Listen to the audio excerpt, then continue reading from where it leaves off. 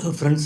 இப்போ நம்ம தமிழில் ஒரு சென்டென்ஸ் கொடுத்துட்டா அது எப்படி இங்கிலீஷில் எழுதுறது அப்படின்னு விதவிதமாக பார்த்துட்டு வரோம் ஃப்ரெண்ட்ஸு. அந்த வகையில் நம்ம இன்றைக்கி என்ன பண்ணுற போகிறோம்னா, நம்ம ஒரு தமிழ் சென்டென்ஸை கொடுத்துட்டு அதை இங்கிலீஷில் எழுதுறதுன்னு இன்றைக்கி கொடுக்கல ஃப்ரெண்ட்ஸு. சிம்பிள் இன்ஃபினிட்டிவ் அப்படின்னு ஒன்று இருக்குது ஃப்ரெண்ட்ஸு. அந்த இன்ஃபினிட்டிவை ஆக்டிவ் வாய்ஸ்லேருந்து பேசிவ் வாய்ஸ்க்கு மாற்றுறது எப்படி அப்படின்னு பார்க்க போகிறோம் ஃப்ரெண்ட்ஸு. சரி போகலாங்களா? அதுக்கு முன்னே கொஞ்சம் நம்ம சேனல் கொஞ்சம் சப்ஸ்கிரைப் பண்ணிவிட்டு பார்த்தீங்கன்னா பரவாயில்ல ஃப்ரெண்ட்ஸ். யாருமே சப்ஸ்கிரைப் பண்ண மாட்டேங்கிறீங்க ஃப்ரெண்ட்ஸ். கொஞ்சம் கமெண்ட்ஸ் காலத்தில் ஏதாச்சும் கமெண்ட்ஸ் போடுங்க ஃப்ரெண்ட்ஸ். சரி போகலாங்களா? இப்போ சிம்பிள் இன்ஃபினிட்டிவ் ஆக்டிவ் வாய்ஸ்லேருந்து பேசிவ் வாய்ஸ்க்கு மாற்றுறது எப்படின்னு பார்க்க போகிறோம். அதுக்கு ஒரு எக்ஸாம்பிள் கொடுத்துருக்குறோம் பாருங்கள். இதில் 2 டைப் இருக்குது ஃப்ரெண்ட்ஸு. அதாவது am, is, are, was, were, have, has, had. இதையே இதெல்லாம் ஹெல்பிங் வெர்ப்னு சொல்லுவாங்க. ஹெல்பிங் வெர்ப்புக்கு அடுத்தது சிம்பிள் இன்ஃபினிட்டிவ் 2 + V1 அது வந்தால் அதை எப்படி ஆக்டிவ் வாய்ஸ்லேருந்து பேசிவ் வாய்ஸாக மாற்றுறது. இது முதல் டைப்பு. இதுக்கு அடுத்தது 2வது டைப் ஒன்று சொல்லிக் கொடுக்குறோம் ஃப்ரெண்ட்ஸு. அது என்னென்னா, ஆக்ஷன் வெர்ப்புக்கு அடுத்தது சிம்பிள் இன்ஃபினிட்டிவ் வரும். ஆக்ஷன் வெர்ப்புக்கு அடுத்தது 2 + V1 வரும். சிம்பிள் இன்ஃபினிட்டிவ் வரும். அது 2வது மாடலு. சரி போனாங்களா? முதல் மாடல் இப்போ பார்க்கலாங்களா? சரி, எக்ஸாம்பிள் பாருங்கள். Active voice. They are to complete the work. அவர்கள் அந்த வேலையை முடிக்க வேண்டும். ஒரு தமிழ் அர்த்தம். இன்னொரு தமிழ் அர்த்தம், அவர்கள் அந்த வேலையை முடிக்க இருக்கிறார்கள். தேன்றது சப்ஜெக்ட்டுங்க. ஆறுன்றது என்னதுங்க? Helping verb. இந்த ஹெல்பிங் வெர்ப் அடுத்து 2 கம்ப்ளீட்ன்றது சிம்பிள் இன்பிட் வந்துருக்குதுங்க. இந்த ஒர்க்குன்றது ஆப்ஜெக்ட்டுங்க. இந்த மாடலில் ஹெல்பிங் வெர்ப்புக்கு அடுத்தது 2 + V1 வரும், சிம்பிள் இன்பிட் வரும் அப்படின்னு தெரிஞ்சுக்கிங்க. They are to complete the work. இந்த ஒர்க்குன்றதாங்க ஆப்ஜெக்ட்டுங்க. இந்த இப்போ ஆக்டிவ் வாய்ஸ்லேருந்து பேசிவ் வாய்ஸாக மாற்றுறதுக்கு என்ன பண்ணுன்னா, கடைசியில் இருக்கிறது பார்த்தீங்களா, சென்டென்ஸினுடைய கடைசியில் இருக்கிற ஆப்ஜெக்டை தூக்கி சப்ஜெக்டாக போட்டுங்க. அதான் எழுதியிருக்குங்க. ஸ்டெப் 1, ஆக்டிவ் வாய்ஸில் உள்ள ஆக்டிவ் வாய்ஸ் ஸ்டேட்மெண்ட்டில் உள்ள ஆப்ஜெக்டை சப்ஜெக்டாக எழுதி கொள்ள வேண்டும். த ஒர்க்னு எழுதிக்கிறீங்களா? ஸ்டெப் 2, சப்ஜெக்ட் த ஒர்க்குக்கு உரிய பி வெர்பை எழுதி கொள்ள வேண்டும். த ஒர்க் இது என்னதுங்க? 3rd person single இட்டில் வருங்க. அப்போ ஈஸ் போட்டுக்கிறோம். அடுத்து step 3, 2 + V1 in 2 + V1 in passive form to be + V3 ஆக the work is to be completed என வருகிறது. அதாவது 2 + V1 அப்படின்ற சிம்பிள் இன்பிட்டு பேசிவ் வாய்ஸில் எப்படி வருங்க? டு பி + V3ன்னு வரும். கம்ப்ளீட்டினுடைய V3 என்னதுங்க? கம்ப்ளீட்டட். அதுதாங்க சொல்கிறேங்க. To be completed. 2 கம்ப்ளீட்டட்னு ஆக்டிவ் வாய்ஸில் இருக்கும். அதே பேசிவ் வாய்ஸாக வரும்போது டு பி கம்ப்ளீட்டட் அப்படின்னு வருதுன்னு சொல்கிறேங்க. வேறு ஒன்றும் இல்லை. த work is to be completed. Step 3 முடிஞ்சிங்களா?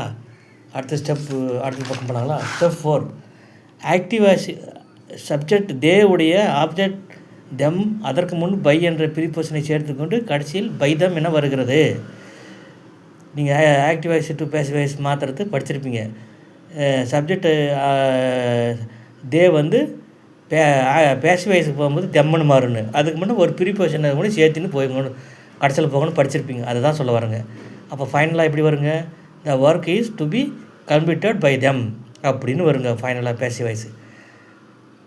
They are to complete the work அப்படின்ற ஆக்டிவ் வாய்ஸ் சென்டென்ஸு பேசிவ் வாய்ஸாக வரும்போது எப்படி வருங்க? The work is to be completed by them அப்படின்னு வருங்க மாறி. புரிஞ்சுங்களா? இது பி வெர்புக்கு அடுத்தது, அதாவது ஹெல்பிங் வெர்புக்கு அடுத்தது 2 + V1 சிம்பிள் இன்பிட் வர சென்டென்ஸாக எப்படி ஆக்டிவ் வாய்ஸ்லேருந்து பேசிவ் வாய்ஸ் மாற்றுறதுன்ட்டு இது. அதுக்கு இது எக்ஸாம்பிள். அதுக்கு தமிழ் அர்த்தமும் பாருங்கள், கீழே எழுதியிருக்கிறேன் பாருங்கள். The work is to be completed by them. அந்த வேலை அவர்களால் முடிக்கப்பட வேண்டும் ஒரு அர்த்தம். அந்த வேலை அவர்களால் முடிக்கப்பட இருக்கிறது. இந்த 2 அர்த்தம் வச்சுங்க. இது 2க்கும் நீங்கள் இதை யூஸ் பண்ணிக்கலாம். சரி, அடுத்தது டைப் 2. இதுக்கு மெயின் வெர்புக்கு அடுத்தது அல்லது ஆக்ஷன் வெர்புக்கு அடுத்தது 2 + V1 சிம்பிள் இன்பிட் வரும். இந்த மாடலில் மெயின் வெர்புக்கு அடுத்தது அல்லது ஆக்ஷன் வெர்புக்கு அடுத்தது 2 + V1 வரும். இந்த மாடலில் தெரிஞ்சுக்கிங்க. சரி போலாங்க. அது ஒரு எக்ஸாம்பிள் கொடுத்துருக்கேன் பாரு. They asked him to leave the room. ஆஸ்க்டுன்றது என்னதுங்க? ஆக்ஷன் வெர்ப் இல்லைங்களா? அதுக்கு ஆஸ்க்டுன்னு ஆக்ஷன் வெர்ப் வந்துருக்குது. அதுக்கு பக்கத்தில் பாருங்கள் 2 + V1 டு லீவ். இந்த சிம்பிள் இன்பிட் வந்துருக்குதுங்க. அதுதான் சொல்ல வரேங்க. இந்த மாடலை இப்படி ஒரு சென்டென்ஸ் கொடுத்துட்டு இதை ஆக்டிவ் வாய்ஸ்லேருந்து பேசிவ் வாய்ஸ்க்கு மாற்றி எழுதுங்க அல்லது எழுதி சொல்லுங்கள் அப்படின்னா எப்படி சொல்லுவீங்க? சரி போகலாங்களா? முதல்ல they asked him to leave the room. இதுக்கு தமிழ் மீனிங் என்னென்னு பார்த்துங்க. அவர்கள் அவனை அறையை விட்டு செல்ல கேட்டார்கள். They asked him to leave the ரூம்னா என்னங்க தமிழ் அர்த்தம்? அவர்கள் அவனை அறையை விட்டு செல்ல கேட்டார்கள். சரி, இப்போ ஆஸ்க்டு வெர்பை பார்த்து எதை யாரை யாருக்கு யாரிடம் 4 கேள்வி கேட்டால் பதில் வந்தால் அதுக்கு தான் பதில் வர்ற பதில் தான் ஆப்ஜெக்ட்னு நீங்கள் படிச்சிருப்பீங்க. நானும் நிறைய வீடியோவில் சொல்லியிருக்கிறேன். இந்த நம்ம சேனல் நிறைய வீடியோ போட்டிருக்கிறேங்க, போய் பாருங்கள் உங்களுக்கு புரியலனா. அந்த ஆஸ்க்டுன்ற வெர்பை பார்த்து எதை யாரை யாருக்கு யாரிடம்னு கேள்வி கேட்டோம்னா வர பதில் ஆப்ஜெக்ட்டுங்க.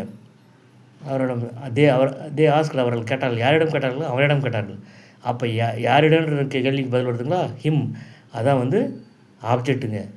ஆப்ஜெக்ட் இது ஆக்டிவேஷனில் இருக்கிற ஆப்ஜெக்ட்டுங்க. அது சப்ஜெக்டாக எப்படியே வருங்க? ஹீன்னு மாறி வருங்க. அதுதான் கேள்வி பாருங்க.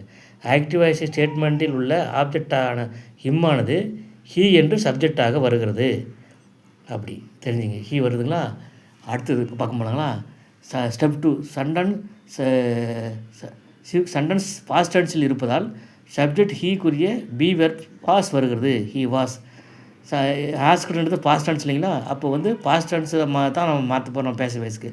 அப்போ ஹீக்கு பாஸ்ட் டென்ஸில் என்ன வருங்க? பி வெர்ப் வரும், ஹீ வாஸ்ன்னு வரும். அதுதான் இப்போ சொல்கிறேங்க. அடுத்தது ஸ்டெப் 3 வெர்பு ஆஸ்க்னுடைய பாஸ்ட் பார்ட்டிசிபிள் இந்த பி வெர்பு வாஸ்க்கு அடுத்தது போடணும். அதான் பி வெர்பு பக்கத்தில் பாஸ்ட் பார்ட்டிசிபிள் V3 போகிறது தானே பேச வயசு.